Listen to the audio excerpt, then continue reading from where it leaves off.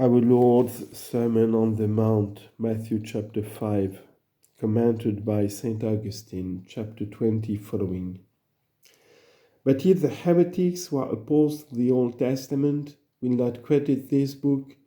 let them contemplate the Apostle Paul, whose writings they read along with us,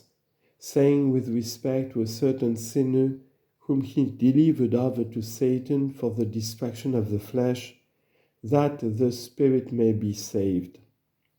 And if they will not here understand death, for perhaps it is uncertain, let them acknowledge that punishment or requital of some kind or other was inflicted by the apostle through the instrumentality of Satan, and that he did this not in hatred but in love is made plain by that addiction, that the spirit may be saved. Or let them notice what we say in those books to which they themselves attribute great authority, where it is written that the Apostle Thomas imprecated on a certain man by whom he had been struck with the palm of the hand, the punishment of death in a cruel form, while yet commending his soul to God, that it might be spared in the world to come, whose hand torn from the rest of his body after he had been killed by a lion, a dog brought to the table at which the apostle was feasting. It is allowable for us not to credit in this writing, for it is not in the Catholic canon, yet they both read it and honor it as being thoroughly uncorrupted and thoroughly truthful, who wage very fiercely, with I know not what blindness, against the corporeal punishments which are the Old Testament, being altogether ignorant in what spirit and at what stage in the orderly distribution of time they were inflicted. Hence, in this class of injuries, which is atoned for by punishment, such a measure will be preserved by Christians, that, on an injury being received, the mind will not mount up into hatred, but will be ready in compassion for the infirmity to endure even more, nor will it neglect the correction which it can employ either by advice or by authority, or by the exercise of power. There is another class of injuries where complete restitution is possible, of which there are two species, the one referring to money, the other to labor. And therefore examples are subjoined, of the former in the case of the coat and cloak, of the latter in the case of the compulsory service of 1 and 2 miles. For a garment may be given back, and he whom you have assisted by labor may also assist you if it should be necessary.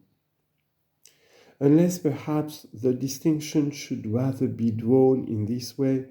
that the first case, which is supposed in reference to the sheik being struck, means all injuries that are inflicted by the wicked in such a way that restitution can't be made except by punishment, and that the second case, which is supposed in reference to the garment, means all injuries where restitution can be made without punishment. And therefore perhaps it is added, if any man will sue you at the law, because what is taken away by means of a judicial sentence is not supposed to be taken away with such a degree of violence as that punishment is due, but that the third case is composed of both, so that restitution may be made both without punishment and with it. For the man who violently exacts labor to which he has no claim, without any judicial process, as he does, who wickedly compels a man to go with him and forces in an unlawful way assistance to be rendered to himself by one who is unwilling, is able both to pay the penalty of his wickedness and to repay the labor, if he who endured the wrong should ask it again. In all these classes of injuries, therefore, the Lord teaches that the disposition of a Christian ought to be most patient and compassionate and thoroughly prepared to endure more.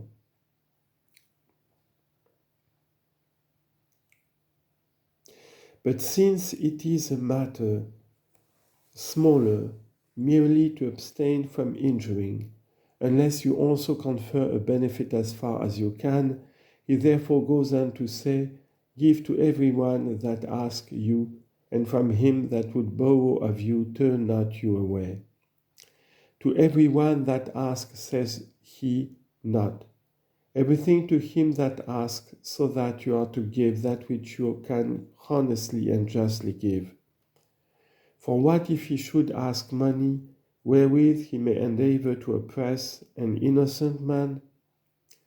What if, in short, he should ask something unchaste? But not to recount many examples, which are in fact innumerable, that certainly is to be given which may hurt neither yourself nor the other party, as far as can be known or supposed by man, and in the case of him to whom you have justly denied what he asks, justice itself is to be made known, so that you may not send him away empty. Thus you will give to everyone that asks you, although you will not always give what he asks, and you will sometimes give something better when you have set him right who was making unjust requests. Then, as to what he says, from him that would borrow of you turn not you away, it is to be referred to the mind, for God loves a cheerful giver. Moreover, everyone who accepts anything borrows, even if he himself is not going to pay it. For inasmuch as God pays back more to the merciful, whosoever does a kindness lends at interest. Or if it does not seem good to understand the borrower in any other sense than to him who accepts of anything with the intention of repaying it, we must understand the Lord to have included those two methods of doing a favor. For we either give in a present what we give in the exercise of benevolence, or we lend to one who will repay us. And frequently men who, setting before them the divine reward, are prepared to give away in a present, become slow to give what is asked in loan, as if they were destined to get nothing in return from God, inasmuch as he who receives pays back the thing which is given him. Rightly therefore does the divine authority exhorts us to this mode of bestowing a favor, saying, and from him that would borrow of you turn not you away, i.e., do not alienate your goodwill from him who asks it,